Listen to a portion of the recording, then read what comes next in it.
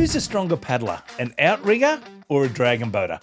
Ooh, I think they're both strong and they're all elite athletes.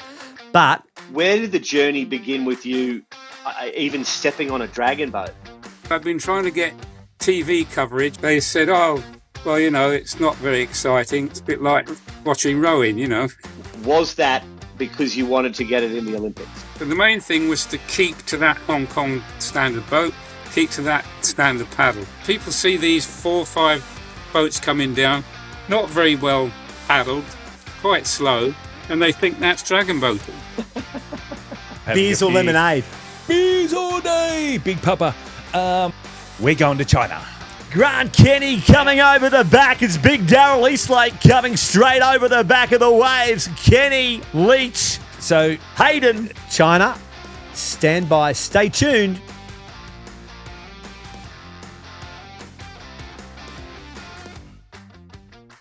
Paddles ready.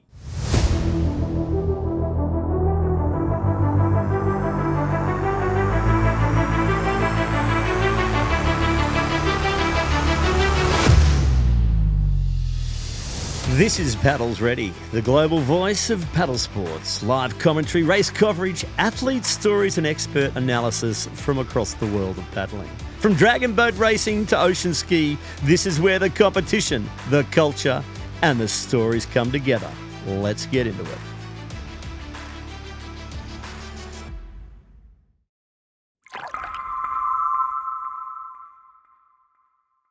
G'day, Hando. How are you? Dougie, good evening, good night, and looks like we've got mate. Our guests are getting better and better. 100%. And that's, mate, after 30 years of paddling, 35 years you have been going for. I wouldn't expect anything else from you, mate. And today we have, got something to tell you. You would have seen on the socials, I've been up in Singapore. I got to spend a couple of days up in Singapore with Auschamp. Met a couple German paddlers, K1, Dragon Boat, Senior Bs, and then I got to go down on the water, the lights on the boat. Friday night, it was the Dragon Sprint night. Then they had more stuff going on the Saturday. It was the best. I was looked after. The girls in Singapore, we did plenty of content. But, Nico, I can't wait for you to see that. I can't. But before we go any further, the royalty. Who have we got today, Nico? Because I'm going to hand it over to you because I know this guy is a very, very good friend of yours. Well, he's a special guest that I met in Hong Kong. I call him Mr. Dragon Boat. Mike Haslam, the founder, the ex-president, the past president of the IDBF. Mike Haslam, welcome to Paddles Ready. Thank you. Thank you for the introduction. Much appreciated. I think you just said, Mike, when we're having a chat off air, when Mike was having a chat off air, honorary president. So you never lose that. No, no, but all the past presidents become honorary presidents. So actually there's about 4 or 5 of us. It remains with you until you drop off the tree, basically. But it's still a nice little touch by the IDBF. Yeah. It was one I introduced way back, really for protocol reasons, really, to keep our Chinese friends and the people that started the federation with me in the pictures, you know, some recognition that they'd been involved. And so it's continued from there. But seeing as there's only been 3 of us since then, so there's not too many. But anyway, that's where it started. No, and look, I think, Dougie, we've been talking about the history, the culture of dragon boating, and also IDBF. Mike, what got you involved for the people that are tuning in that mightn't know you, because we're going across the world, global, to many, many people. Where did the journey begin with you even stepping on a dragon boat? Okay, it began. I mean, I'm a sprint canoeist by background, and that was where I was involved in paddle sport for some years. And then in 1981, I was the director of the World Sprint Championships in Nottingham. And the previous year, in 1980, the Hong Kong Tourist Association had sent some wooden boats, dragon boats, across for a Chinese festival in London. And they were looking to run an event on the Thames, basically. No one had ever seen a dragon boat, of course. The big teak boats. Yeah, the big ones. Well, what we call the standard boat now. And of course, they contacted the Canoe Federation, and so some of the canoe clubs, rowing clubs, all sorts of people joined the fun in London and paddled these dragon boats. One of the clubs, Richmond, knew I was looking for things to do in the lunch hour at Nottingham during the World Championships. And they said, hey, we race these funny boats on the Thames. And I said, what do you mean a funny boat? So they sent me a picture of the dragon boat. And I thought, well, that looks interesting. Maybe I can get them up to Nottingham and we can play around with them during the lunch hour. So through the Hong Kong Tourist Association, as it then was, I arranged for the boats to be moved from London to Nottingham with a transport company that were providing mobile grandstands in Nottingham. I found in life that things happen when they're meant to happen, and coincidence is the link between these things happening. So anyway, I got the boats up to Nottingham. Now the interesting thing was I'd been trying to get TV coverage for the World Championships, Sprint World Championships, Olympic sport. TV weren't interested. Local media weren't that interested. They said, oh, well, it's not very exciting. It's a bit like watching rowing, unless you're in the sport, there's no interest. And anyway, it's a weekend and that's overtime and blah, blah, blah. So I said, okay. Anyway, I arranged the dragon boats to come up, and I sent the same picture that I'd received of this dragon boat in Hong Kong to the local media, to the local outlets, Free Press and all the rest of it.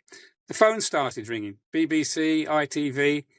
Oh, we'd like to come and cover these dragon boats, which at that point hadn't even arrived, And I said, but, it's a weekend and, all the rest of it. And it's not, oh, it looks interesting. We want to come and cover it. So, of course, being a bit of a thicker, I thought, well, there's something going on here. All this interest in something that no one's ever seen. Anyway, I arranged some races, another press release to the Free Press, same picture. We're going to run some races during the lunch hours. Anyone interested? And 17 crews from different backgrounds, pubs, clubs, rowers, canoeists, including Linking Canoe Club, all applied. And so we raced them. So we had the first, if you like, formal dragon boat races in the UK as part of the support for the World Championships. And it was very successful. I have a video, in fact, of the ICF board who wanted to have a go, all in suits and things, gently sinking in Nottingham because the boat got swamped. Anyway, that's another story. So, of course, I wrote a report afterwards to the ICF and said I thought this was of interest because, to me it was just another big canoe. And they weren't interested. They said, Mike, it'll never be canoe sport. Okay, it looks interesting. If you want to develop it, you go ahead. You have our support. So basically that's what I did. I took a trip to Hong Kong, found out that they were inviting a crew from the UK and around the world every year for the international. But the invite was going to the Rowing Federation, not to any canoe federation. So anyway, I forged a good relationship with Hong Kong TA in London because they were doing it through the Rowing Federations because it was organised in Hong Kong, the dragon boat races, by Bob Wilson and the Rowing Federation. So it's natural for them to go there. So I said, what are you getting out of it? And they said, well, we're trying to publicise Hong Kong, but quite honestly, we get nothing from the rowers. They take the boat, they train, they turn up, they race, but we don't get any publicity back in the UK or anything. So I said, well, look, if you'll give the invitation to me, I will make sure that we get that you get lots of publicity, and we'll get some dragon boaters, which of course we didn't have at that time. And so we'll get some dragon boaters involved, and so that's how we moved, if you like. And of course, the bit still being involved with canoeing, the first crew that I took to Hong Kong was from the Elmbridge Canoe Club, and I think one of your previous interviews, you were talking about the different generations in the same boat.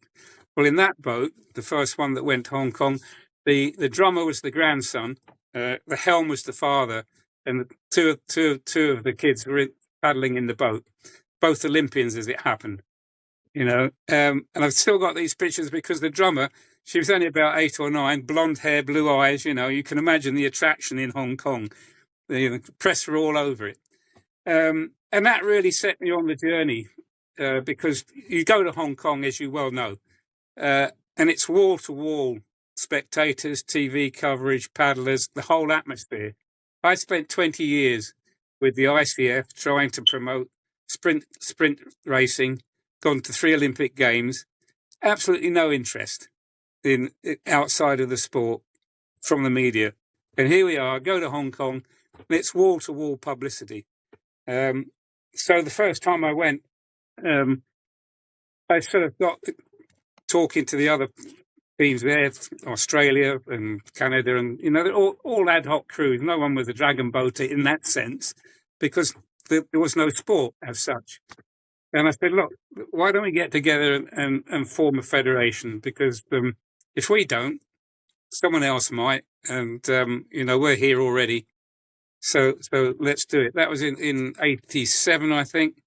It took, or 88, we agreed to meet the following year. We met again following year.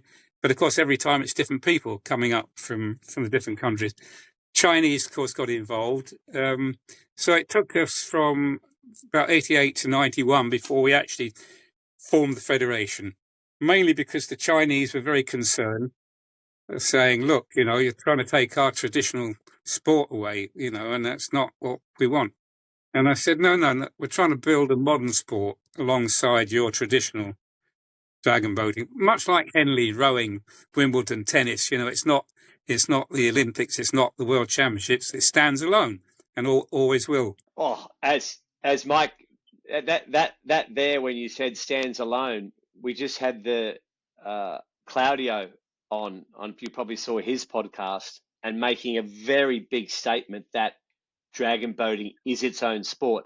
And you, Mike Haslam, you started that being its own sport, even though it had 2,000 years of culture and history. The IDBF was born out of that. And really interesting, I didn't know you were so heavily involved with the ICF and IDBF. Hey, look, that's another story. We'll talk about that another day as well, I'm sure.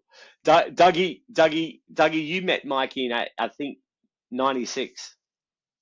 90, oh yeah, it would have been 96, 97. It would have been sliding mirrors, something, but it would have been between 96, 97, 98 when I was there. But I just wanted to ask Mike just one more question. When you rolled forward from England and you came from Nottingham, came up to Hong Kong, 87, 88, then to 91, you formed the IDBF. Did you know what you were getting yourself into? Not really. I mean, actually, we formed the EDBF, the European Federation, in 1990, because obviously operating out of the UK, Hong Kong. Okay, I'm sort of winding back a bit, really. I decided that you couldn't actually develop a sport with 2-ton wooden teak boats that you had to move around. So another canoeing friend of mine, Chris Hare, I said, look, we need to go to fiberglass. And he said he'd been wanting to build a dragon boat for some time, but he didn't have the money, as always, from fiberglass. So again, I spoke to Hong Kong Tourist Association, said, look, we want to make fiberglass copies so we can really promote the sport and develop the sport and therefore promote Hong Kong at the same time. And they found money from one of the Chinese charities in Hong Kong. And Chris built the first fiberglass boat by copying, obviously, the teak boat.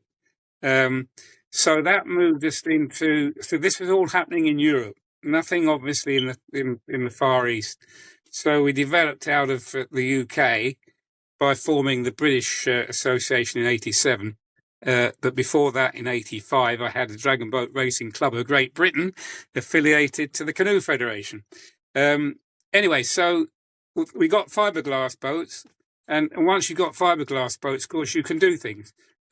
Stick them on a canoe trailer and move them around. We started with a split boat, like the rowers do, so you could put two halves on a normal canoe trailer. And I went around the country with my wife running events with these two boats on a trailer. And, that's where we started in the UK. Hong Kong Tourist Association then said to me, actually, we've got an interest in the Netherlands that would like to start it through our Hong Kong office there. Can you go across there and run some events? And we said yes. And then, of course, they wanted boats, and the same with Sweden and Denmark and Germany. So slowly, we developed in the UK between say 87 and 1990, and then we formed the European Federation. So by 91, with the IDBF, really that was the second stage. So I knew what I was getting into to a degree, because obviously the European pattern had started things. But it was exciting times. I mean, you don't see it in that way. You're just doing your thing. You just do it. Well, I mean, look, listening to you there, Mike, if I was to be a betting man, it sounds like the biggest obstacles were financial, logistics, and political. Yeah, as always, of course. Not political at that stage, because good old ICF, although they didn't want to do it, said you go do what you want. We'll help if you need us. Weren't involved, not politically, not in any way. And actually, they were very supportive through Sergio Orsi, the Italian president at the time. He was very keen, and he said, "Look, we'll help you get into the games. Anything you want to do, just let me know. We'll be there." So it was a good start politically, but yes, financially, getting boats, switching to fiberglass, of course, made all the difference, because then you sponsors names and everything on the boat. And as I said before, coincidences happen, and when it's the right time, the right things happen. We ran an event in London. The press obviously took pictures. Ken Lowe, who ran a Chinese restaurant, famous Chinese chef in London, in Chelsea, phoned me up and said, he said, "I'd like a dragon boat." He said, "I saw the pictures, but, can I have a dragon boat?" So I said, "Of course you can." So he brought one. Cathay Pacific, more or less the same situation. They brought one. And so we were able to develop the sport through that method. Once the BDA was up and running, of course, we're still moving these 2 or 3 boats around from an event to event, but the clubs are starting to form. And they're saying, well, we need our own boats. So then they started to raise money and get sponsorship for their own boats. And that led us to the big trailer, because they didn't want split boats. So, the sport developed almost exponentially as people got involved. And it was the same, obviously, with the IDBF. Once we got the IDBF formed, then we were able to export the standard boat, as we now call it, with the fiberglass, technical drawings and all the rest of it. Where were you manufacturing them, Mike? Originally in the UK, with Chris Hare in the UK. Then, say the Berlin Wall came down.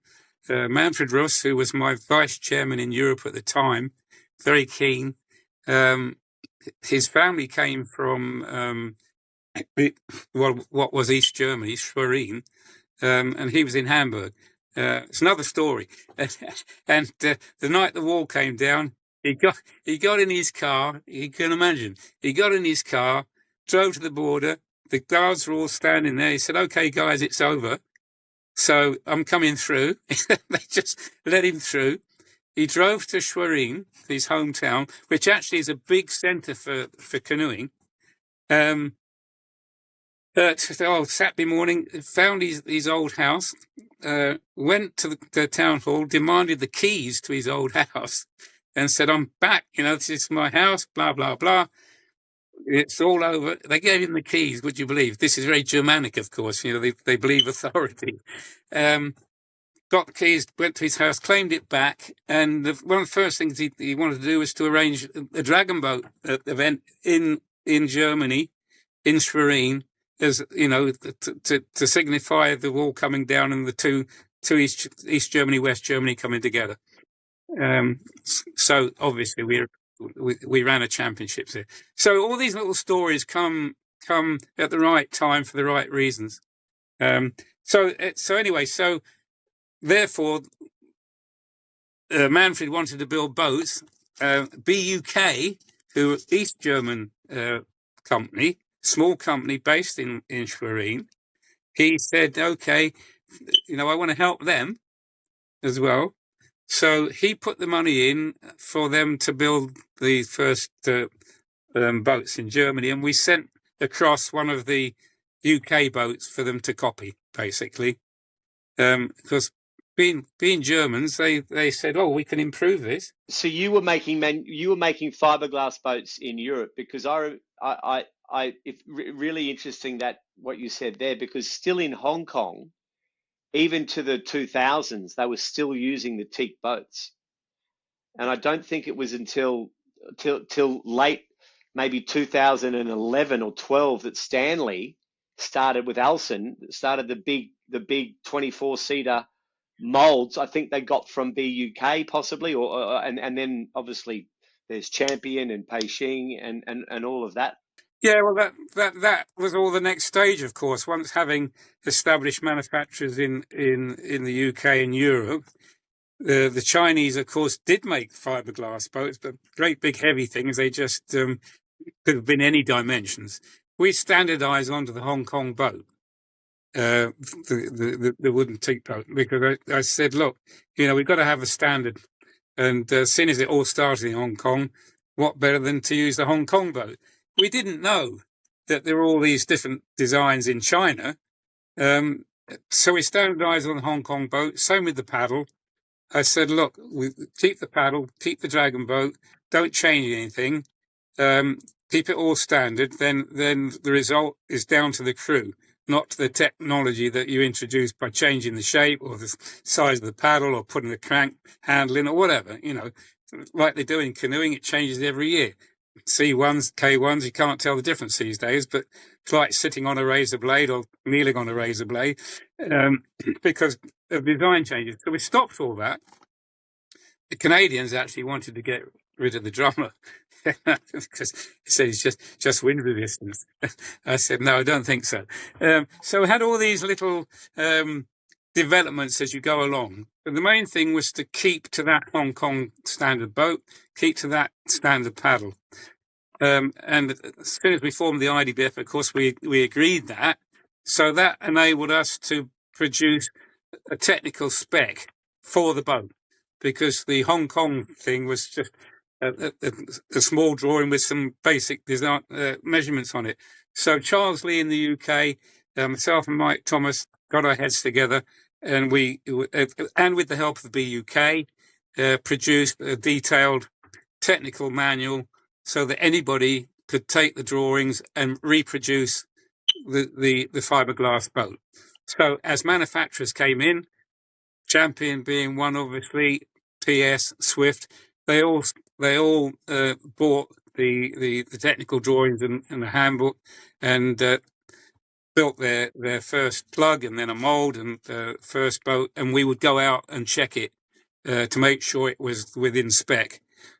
Once we'd approved it, then IDBF spec, then they got their license and away they went. So it developed that way. And there are builders in Australia too, and in Italy and Denmark. There were lots of builders, Poland to start with, but as the years gone by, of course, it's come down because the market is not huge, and it's a difficult boat to build, to reproduce.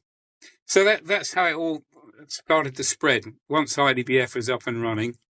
And then, of course, we came to the small boat. I think we could be on here for about 14 hours talking dragon boating with you, and so you could, and we can nail it, and we love talking to you, and I love seeing you around the world, even in Brandenburg.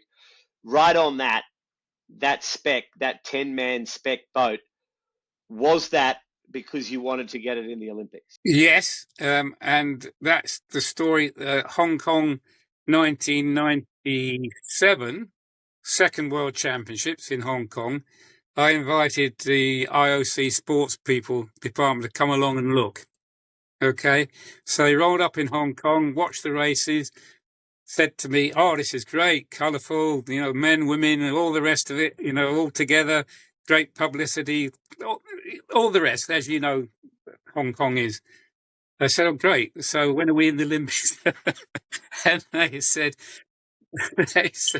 "You're too big already." I said, "What do you mean we're too big already?" They said, "Well, your numbers here at that time was about, I don't know, less than 2,000, I guess." They said, 20 odd people in the boat. The Olympics is restricted to 10,000 roughly, as you well know, total athletes, coaches, officials, everything. So, to put 22 people in a boat times whatever number of countries, you're going to be bigger than the Olympics itself. That's not going to be on. So I said, well, if we had a smaller boat, and they said, well, that would be interesting, a smaller boat. So that's why we developed the small boat. Really, and originally I said to Mike Thomas, well, maybe we should call it the Olympic boat, as showing where the intention is. And we thought, well, no, that would by this time, of course, the ICF were getting interested. No, that would alert the ICF. So we won't call it. We'll call it a junior boat, and say it's for training and for the kids. But that didn't work because the kids didn't want just a small boat, and no one just wanted to train in a small boat. So we changed the name again to the small racing boat, and it's developed its own life and style. And we changed the design slightly to bring it more into raceability, because the original one was a bit tubby, and the crew said, "Look, we can get this up to its optimum speed, and then that's it. There's no, everyone's going along at the same speed." So we tweaked that again with the help of Champion and BUK to the racing small boat that we have today. But yes, the intention was and still is, because speaking to the Olympic Committee since then, if it ever comes in, it will be in the mixed boat, mixed crew, maximum 12 with reserves, say 15 with a coach and what have you. But even on those numbers, and they've already said a long time ago, if we ever bring you in, the numbers would be restricted. No, but the countries will be restricted, Mike, because similar to rugby union, you'll have a series, and you've got the IDBF World Championships, and then it's like the 12 top countries or the 24 top countries qualify for the Olympics. That's how you do it. Well, that'd be how I'd like rugby sevens. I'll tell you the total number of competitors that they will allow: 300, 500, 700, whatever. And then you have to fit your rugby 7 teams or your dragon boat teams into that number. So that will give you the number of countries. So, in our case, they're talking about 500 maybe as the max, 300 to 500. You divide that by 15, it'll tell you how many countries you could get. So yes, you'd have to have pre-Olympic qualification events to get down the number of countries that the Olympic would allow within that total number. Which would be exciting, wouldn't it? It would be exciting, and it would be good, but it would only be one event in small boats for about 12 countries every 4 years. Now, to me, the sport is much bigger than that. The sport is the World Championships with 10,000, 12,000. Whoever knows what the number will be. That's, for me, is where the sport lies, and the icing on the cake, if we ever get there, is 10 men 10 people in the mixed crew in a small boat. Yeah, and that's what IDBF you've grown. You've grown that to world championships. You've grown that to club crew world championships. You've got the breast cancer paddlers that are getting 7,000 athletes. I think they're in France with Mary. Dougie, what else did you have for Mike? Because I love talking to Mike. Yeah, no. My thing was obviously on the podcast we are doing loads of push and very pro Olympics. We're talking about the Olympics now. Obviously, with Brisbane coming in at 2032, IDBF trying to get that recognition from IOC. I think Mike's just pretty much answered everything. Do you think 2026? Do you think this is the year? Are we progressing as far as a sport to get closer to the Olympics, or are the answers in the clues with just what you just said, and it's just not going to happen? Because it sounds like, based on the numbers you just said, you're only going to get maximum 15 countries. Possibly. It's not going to happen in the short term. And the problem there, of course, is our friends with the ICF. And now you're really into the politics. Two things to remember is the IOC. The IOC is just a private members club. Okay? And the members in the club protect the interests of the club and themselves. To bring a new member into the club requires a lot of politicking and a lot of effort. And how it works with the Olympics, say, given the ceiling of 10,000, we'll say, maybe a bit more, a bit less, if they bring a new sport in, then they have to get rid of a sport completely, or they reduce the numbers of each of the other sports. Okay, we'll take 10 from athletics, 10 from swimming, so blah, blah, blah, to give you your 300 or 400, okay? So that's that. To get to that stage, you first have to be recognised. To be recognised, you have to go through the club procedure of presenting your papers and all the rest of it. And that's when you run into potentially a blackball situation, if you like. Because if there's already an Olympic Federation that is loosely or even more than that involved in your sport, there will be objections. Okay? That's the stage we've reached with recognition. The IOC, because we're a member of AIMS, know that we're the world governing body. They recognise that we're the world governing body. Okay, but they also know that the ICF does some dragon boating. Okay, they also know that the ICF would like to bring in dragon boating. Okay. Now, they would say to the ICF, well, if you're going to bring in dragon boating, you're going to have to reduce the number you've got in slalom and the number you've got in sprint racing, because we're not going to give you any more numbers. So there's a balance there, if you like. Okay.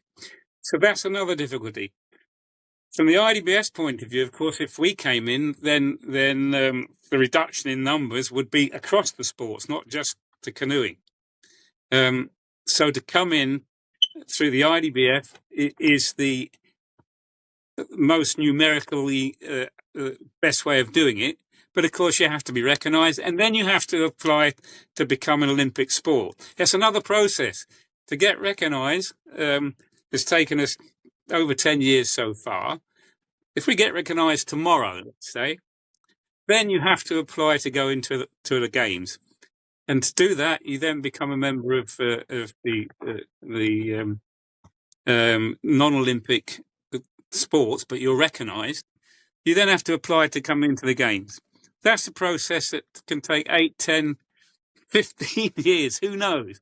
Because you're up against all the other recognised sports who aren't in the Olympics. And there's about 30 of them. And Mike, what you've done with your team, with the people over the last 30, 40 years with dragon boating, you guys have your own mini Olympics anyway. Like the amount of paddlers, and I've been, my first club crew was in Macau, which was phenomenal, and then Hong Kong, and then you've elaborated even further into the Nations Cup. Like, the racing is phenomenal. Like Brandenburg, when you met Dougie and I again when we were commentating in Brandenburg, the level of racing of the athletes from all divisions is just next level, and it is so good. And this is why it's really good for us at Paddles Ready, talking to not only the federations but also the founder of IDBF, and understanding how good, and you've been fighting the fight, haven't you? But also not just on one path. You've kept it going, and you keep it going. And for me, I'll step on, but imagine, you've been to Brisbane, Mike. Brisbane has got the 2032. Brisbane's got the 2032 Olympics. We call the brown snake. We're the city of the Brisbane.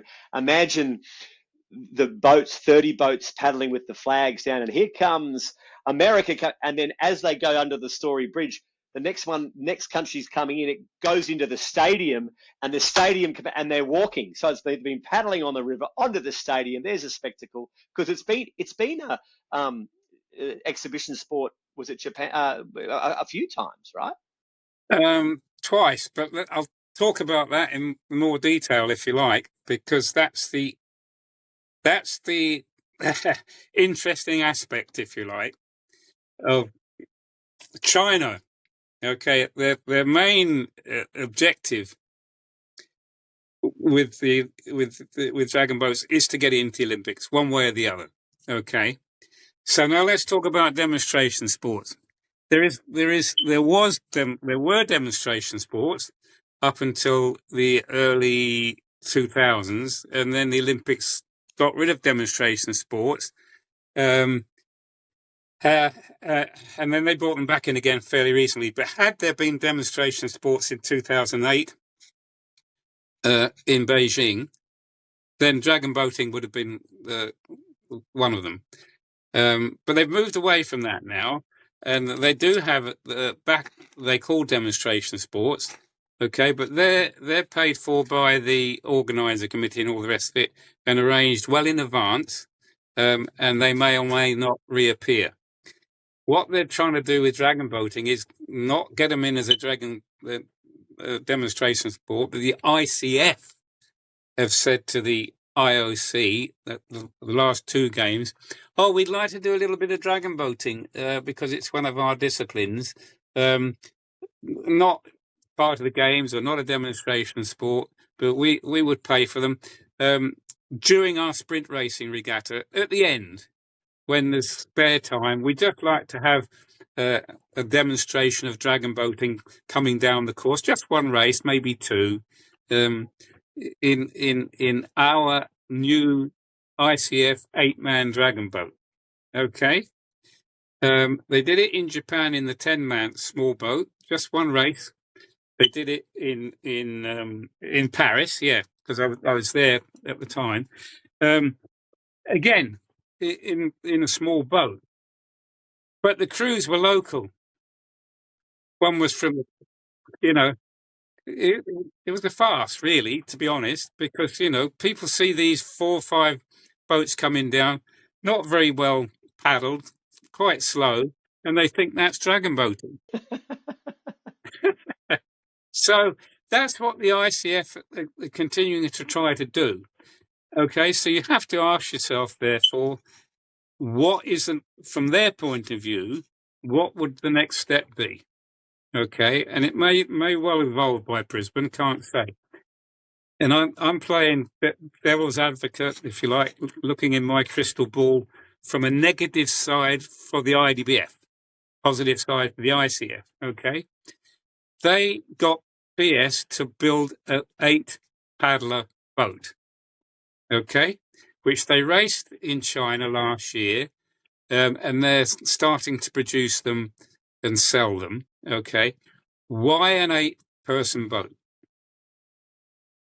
Why would they want an 8-person boat when there's a 10-person boat already? Well, you've got the quads, you've got the C4s. You put those paddlers into a boat. Exactly. Not dragon boaters. Not dragon boaters. You'd have the C, yeah. Yeah, the K4s, the C1s. You've got already in the Olympics enough good paddlers to paddle a mixed dragon boat very well. Very well. They only need a day's practice, and you bring in another race. You bring in another race, and I think that's their objective. I might be wrong because I've never discussed it with them. I'm just looking at the way the sticks are falling. 8-man boat doesn't need the IDBF's permission. 8 people doesn't need any dragon boat paddlers from outside of the Olympic team that's already there.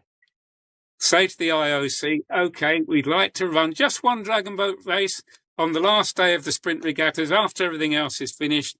All we need from you is your agreement that it's a demonstration sport to start with, that it's part of the games, and therefore we'll need a set of medals. That's, to me, is how the ICF could bring in dragon boat racing officially, if you like, into the Olympic Games. And the Chinese would be over the moon about it, as would everybody else except the dragon boat community, because they wouldn't be involved. We don't have to do any hot takes. We've got about 2 or 3 already. Yeah. So what else? Actually, Mike, just before, I know we've all, we're not on any time constraints either, but I had a little bit of in Chinese zodiac, it's the year of the horse. It's associated with energy and enthusiasm. Where's Mike Haslam see dragon boating by the end of 2026 globally? We're 5 months in. Well, as I say, it starts to look things. IDBF will survive and continue to grow, and all the rest of it. What you've got to look at is the Chinese mentality in this, because over the last 3 or 4 years, the ICF through China has become heavily involved in China.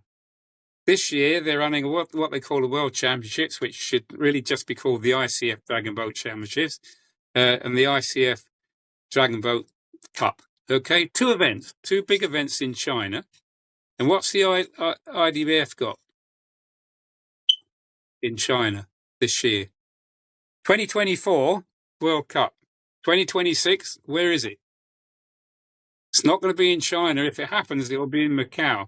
So the Chinese, it's how I see it, they told me 8 years ago that they would continue to support the IDBF as the world governing body for, if you like, the festival, international world championship side of things as they see it. But when it came to top grade international sport, i.e. Olympics, they would support the ICF. So I see it that China, 1 horse, 2 riders. That's how they see things. So they have no problems with supporting both, because they see the objectives coming from 2 different directions. Great IDBF, so much promotion around the world, so many paddlers paddling, so much good publicity for China, blah, blah, blah, blah. But again, the icing in the cake, the Olympics, they will do, if they can, if they think that's the best option, they will do it through the ICF. So that is the way I see the horse being ridden, if you like, the year of the horse. The year of the horse. Step forward, like your crystal ball. Imagine if that did happen and it was great. There's no way that countries ago wouldn't have some of the dragon boaters come across and try and compete for that, unless they stipulated that they'd have to have, the only way that you could be recognized and be eligible as if you were in another Olympic sport to be able to paddle in that sport. Otherwise, why wouldn't you get the best of the best, the C1s and the canoeists and the outriggers trying to get in that team, Mike? That's where it gets a bit messy, isn't it? If the IOC say to the ICF, yes, you can bring in dragon boating, then obviously, and you can have another X number of competitors, into your quota, then that opens up the question of selection for the dragon boat team. That's where I see that ICF, IDBF have to work together.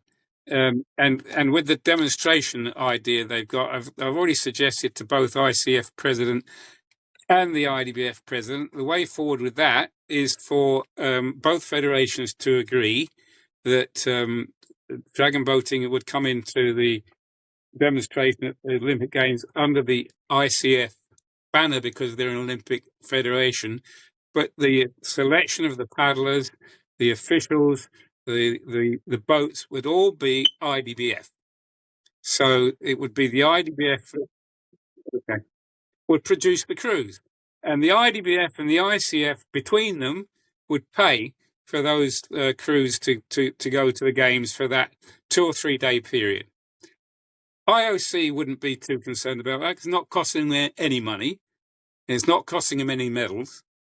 But the sport would be there in front of the cameras for the whole world to see. The whole world doesn't give a tiddly toot about, where the money came from or who they are. But, ICF president was very supportive of all of this because he and Claudio and I sat down last year in Brandenburg and went through it all. He was very supportive, and we were going to have a joint memorandum of understanding. Only one world championships, blah, blah, blah, blah, blah. IDBF Council went with that. ICF has stalled. Their own board have not gone along the way that their president wanted them to go. So there's still discussions going on now. So what I'm telling you is all what ifs, maybes. It'll take a lot of politicking, a lot of agreement on both sides, because there are ICF members that just don't want the IDBF involved. We're just happy talking paddling. We're happy talking dragon boating, outrigging, lots of different paddle sports. But obviously, being very dragon boat centric, both Doug and I. Well, Doug was an Iron Man, so obviously I wasn't, and you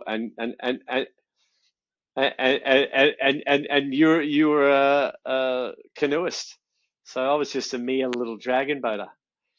But yeah, and we loved having you guys up.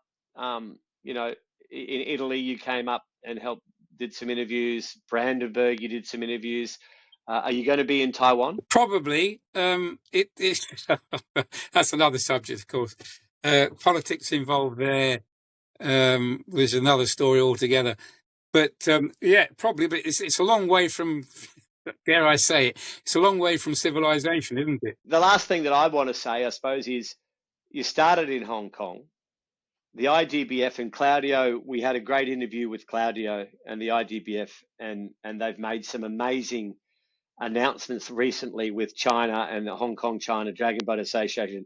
They have brought the IDBF back home to its roots in Hong Kong. What do you feel about that? No, I mean, it's great. I mean, I actually started that process before I left the presidency in 2015. And the object was to bring it back to Hong Kong as a limited company. And then, obviously, I left a new president, and it didn't go that way. And now Claudio's trying to take it back to where it was, because in 2015, 2014, Mike Thomas and I sat down and discussed it all. So, yes, that's where it should be. And actually, given the ICF situation with their move into China, it's exactly the right time and the right place to be, because then we can get our influence back, if you like, in China. So again, right time, right things happen. So that would be great. The opposition to that always came, unfortunately, from Europe. That opposition is gone, hopefully. So we're a limited company there now. New Articles Association. So we're the same organisation, but we're different, if that makes sense. And again, people, stay the same but different. And I think that's great. And Claudio has done a great job in getting that over the line. And there was a lot of opposition within the IDBF itself from certain nations, but we got there. He got us there, and I'm sure that the future is very bright. What I like about Claudio, I mean, I brought him into the sport many years ago. This young Italian turned up.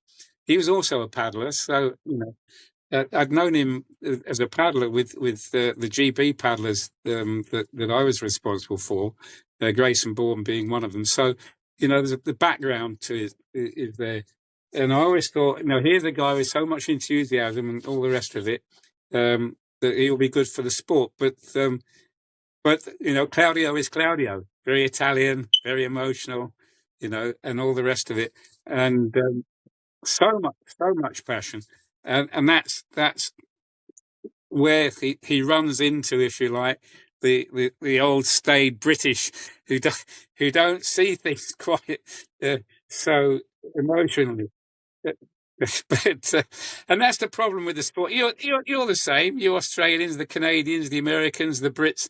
We're all involved at the top of the sport with the same mentality, if you like, same background. Claudio's the breath of fresh air is completely different, and again, where are our Chinese representatives, Singapore representatives, Hong Kong we now have. But, the balance in the sport, if you like, at the top level, to me, needs to be readdressed. There's too many of us English-speaking nations, right the way across all the commissions and what have you. We need to get a balance because it's a world sport. It's not an English-speaking nation sport. But that's another political issue. I loved it when you go back, just moving back on where you said you wanted the spec, you want to keep the dragon, you want the drummer, you want that, paddling in the old teak. And China have adapted that with all their manufacturers. We had Mr. Luau from Champion. He was with us for 2 hours down in our actual studio. We want to be the voice to have paddlers. Yeah, absolutely. And, until the Chinese really came on board, rolling it back, after the IDBF was formed, of course, we'd adopted the standard spec. They came forward because they were running the World Championship. And they said, oh, but we want to use, our Chinese boats. Our Chinese traditional dragon boat is bigger and it's got a gong beater and all the rest of it. And we said, okay, we'll make an exception. But no, we're standardizing on Hong Kong boat.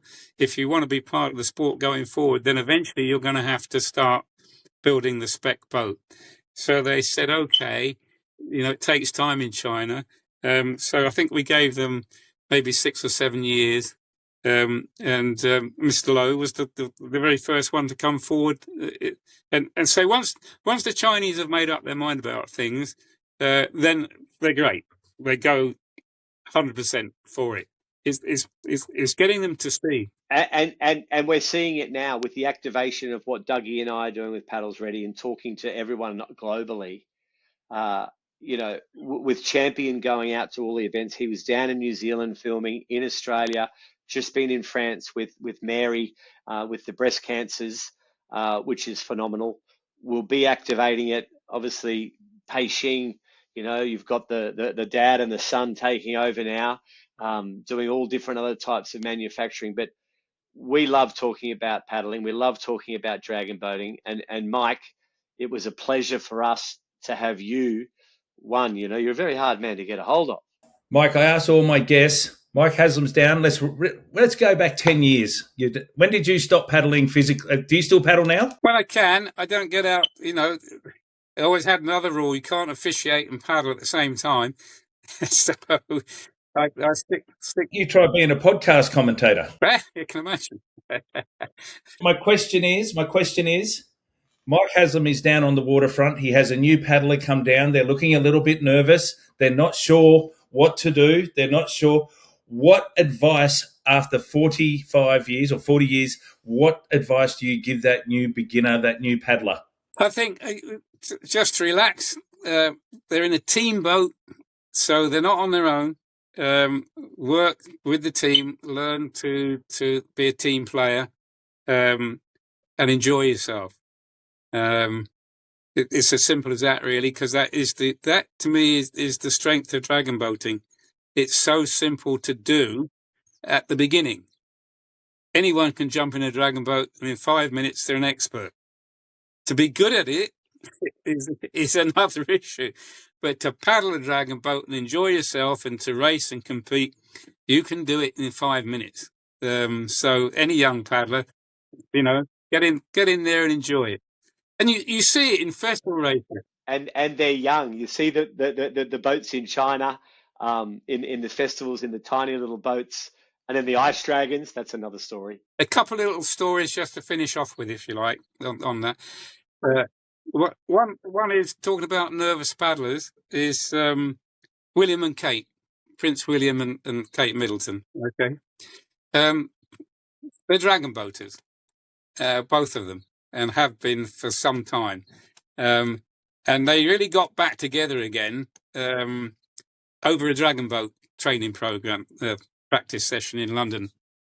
William went down to see Kate. Anyway, so their background is they've been involved in dragon boat. When they had their trip to Canada, 10 years ago now, I guess, they wanted to do some dragon boating, just to cement that their relationship was rekindled through the boat. And I was out there, and so I was going to be the starter, and with 2 Canadian crews. And Kate had helmed a dragon boat for her crew in London. So she was down to helm one crew, and William was racing in the other one, paddling in the other one. Okay, so meeting the crews beforehand, talking to her, and she said to me, she was a bit concerned, nervous paddler, if you like, whether she could do this. She said, I haven't helmed in a race. I've only with the team, and that was a few years ago. So, and it's only 100 meters. We called it the Royal Dash, 100 meters. I said, look, don't worry about it, because I knew all that, and the guy that's sitting next to you in the back of the boat is actually the team captain, and he's the helm. So go out, have a little practice. If you don't feel comfortable, just tap him on the shoulder. He'll switch over with you. You paddle, he'll helm. No one will know the difference, okay? So off she went on the warm-up, and I saw them change over. So she paddled. So you had the Prince William in one boat, Kate in another boat, opposite each other, paddling in this 100-meter dash. And William's boat won, and there's some lovely pictures of him putting his arm around Kate when they came off the water. So that's the royal connection, okay? Bringing royalty from the Thames to Canada, and bring them together again. I've seen boats. We've seen many pictures about that. The Royal Dash, yeah, the Royal Dash. Mr. Lowe, you mentioned Mr. Lowe, okay? First World Championships, I'm doing a recce out there before the championships and walking down the side of the course, and this young guy, Chinese guy, stops me.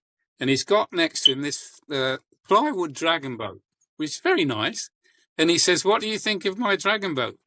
And I said, oh, it's lovely. He said, can we take a picture? So I said, yeah. So I took a picture of me and Mr. Lowe and this boat. Okay. On I walked. Thought nothing about it.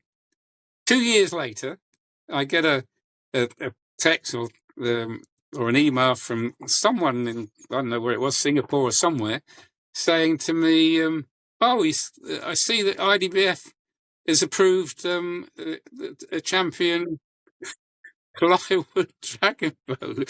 I said, what are you talking about?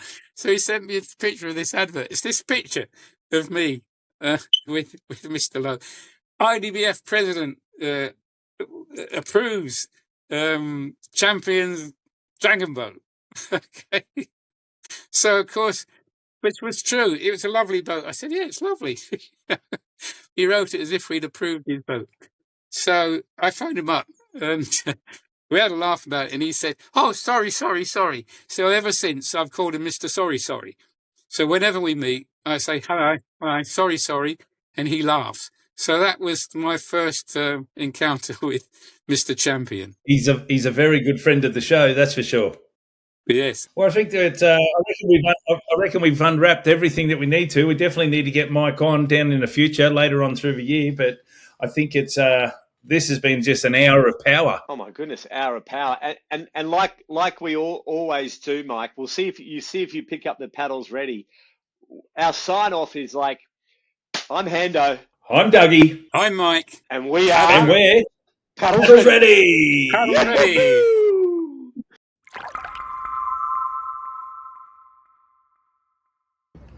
Okay, we're with Andreas. We're down here in Singapore from OzCham. We're going to rip straight into 60 seconds with Dougie. Worst excuse you've heard for not turning up to training? I was drunk until 5 a.m. Downwind or grind? Grind. Early morning training or sleep-ins? Sleep in, but I have to say early morning training. What's more important, fitness or technique? Technique, yep. Carbon fibre or wooden paddle? Carbon, Coffee before or after training? definitely after. Biggest talker on the boat? Raquel, Sprint or distance? distance. Beers or lemonade after a Beers. regatta? Beers. Favourite regatta you have competed in? CCWC, Ravenna. Advice you would give to a new paddler hopping in the boat for the first time? Follow the timing, keep your head up. And Andreas, if I wasn't a paddler, I'd be a Audio engineer. audio engineer. 60 seconds with Dougie.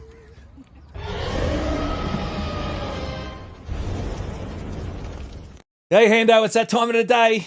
Hando's hot take. Oh, yeah, that was another, mate, super Oh, big episode again. Big episode. Super episode again. Talking about, just the cost. The cost to go on tour. The cost to take the family. Oh, It was good fun. Well, so many different events as well. This one's going to be controversial. Oh, here we go. Here we go. I'm relaxed now. I'm telling you. Who's stronger? Who's a stronger paddler? An outrigger or a dragon boater? Ooh, I thought you were going to say You see okay. the Tahitians and you see, the Polynesians, and you just see them grinding and just pulling through. And when they get that technique right, it looks effortless. As I say, smooth as cream corn. But Dougie. then you see Smooth the as- dragon boaters, the big boys and the girls, and anyone who can get, they get the technique right. Who is stronger? Good question. Outrigger paddler or dragon boat paddler? Look, over the years when I've seen it, I used to remember the Pacific Dragons way back, and they'd come to championships in Macau in 2010, and a lot of them were outriggers put in dragon boats, and they were super strong and they dominated. Then over the years, and we've talked about the cross training and that, but Yep. I think they're both strong, 100%. But some of these, But geez, It's the outriggers look good when they're in. it's different distances as television. well. Like they're paddling 40 kilometres Yep. and we're paddling 2 kilometres. Yes. But that doesn't mean that they're not strong. And I'd beg to differ that I think they're both strong and they're all elite athletes. But you can still paddle strong in an outrigger, and you can still paddle strong. What do you reckon a dragon boat paddler would say to an outrigger, and what an outrigger would? Do you reckon it'd be like? Oh no, but let's ask you. a little bit. Let's ask you, who's ask- stronger, a dragon boat paddler or an outrigger paddler? And then Great conversation at the pub. the outrigger paddle is in a stand-up paddle now. Yep. The stand-up paddlers might think they're stronger. What about the Olympic K1, K4? They might think they're stronger. Well, Who's stronger? Have a look at my old sport, surf ski, single ski, powering through a 8 foot swell. Wow. On the surf ski. I think they're all strong. The core muscles required coming down the mine on a surf ski, coming down the mine and holding the boat, trying to hold the boat. I mean, they're your surf lifesaving, your Ironman. Grant Kenny coming over the back is Big Daryl Eastlake coming straight over the back of the waves. Kenny, Leach, So, Hayden, yeah, so Big Dougie Grevitt. there's another question. You throw in the surf lifesavers, you throw in an outrigger. Well, I put them in, remember? Yeah. So I put those 20 paddlers in Dubai. Yep. And they know it's you're watermen. Yep. They're watermen. Outrigger people are watermen. Dragon boaters are watermen. Yep. Well, I think we're not going to answer it today. I'm not gonna. This is a better hot take to take to the pub after a regatta. And if you're having a water or having Beers a or beer, lemonade. beers all day, big papa. So yeah, we're not going to answer it here. It's only going to be answered maybe in a pub or under the tent at a regatta. But thanks, Hando, for your takeout. It's a hot take. Hot take. Mate, great show. Super effort. I'm Hando. I'm Dougie. And we are Paddles Ready. Paddles Ready. Well, Hando, that's another show done. I love these shows. That was a good one. I mean, it's just a hot take. It's a hot take of the hot take. Now, I've got some news. What's up? We're going to China. Oh, Yes, we're taking Paddles Ready into China. absolutely. I thought we're just leaking this news now. It's been fantastic what's going to happen in China. Yeah, so first to find out, we're taking Paddles Ready to China, mate. Oh, but all the federations are unbelievable because they're sharing it with all their clubs and they're getting 100%. access to all our raw footage and podcasts, which is good. So thanks again. Share, like, subscribe. We love you. At Paddles Ready. That's just for anyone who didn't hear me, at Paddles Ready. So get out there on your socials. Listen to us on Spotify. I mean, we're everywhere. Hando and I So many things everywhere. are coming up in the future. But China, stand by. Stay tuned. I'm Hando. I'm Dougie. And we're Paddles Ready. This podcast is brought to you by PodPro Australia.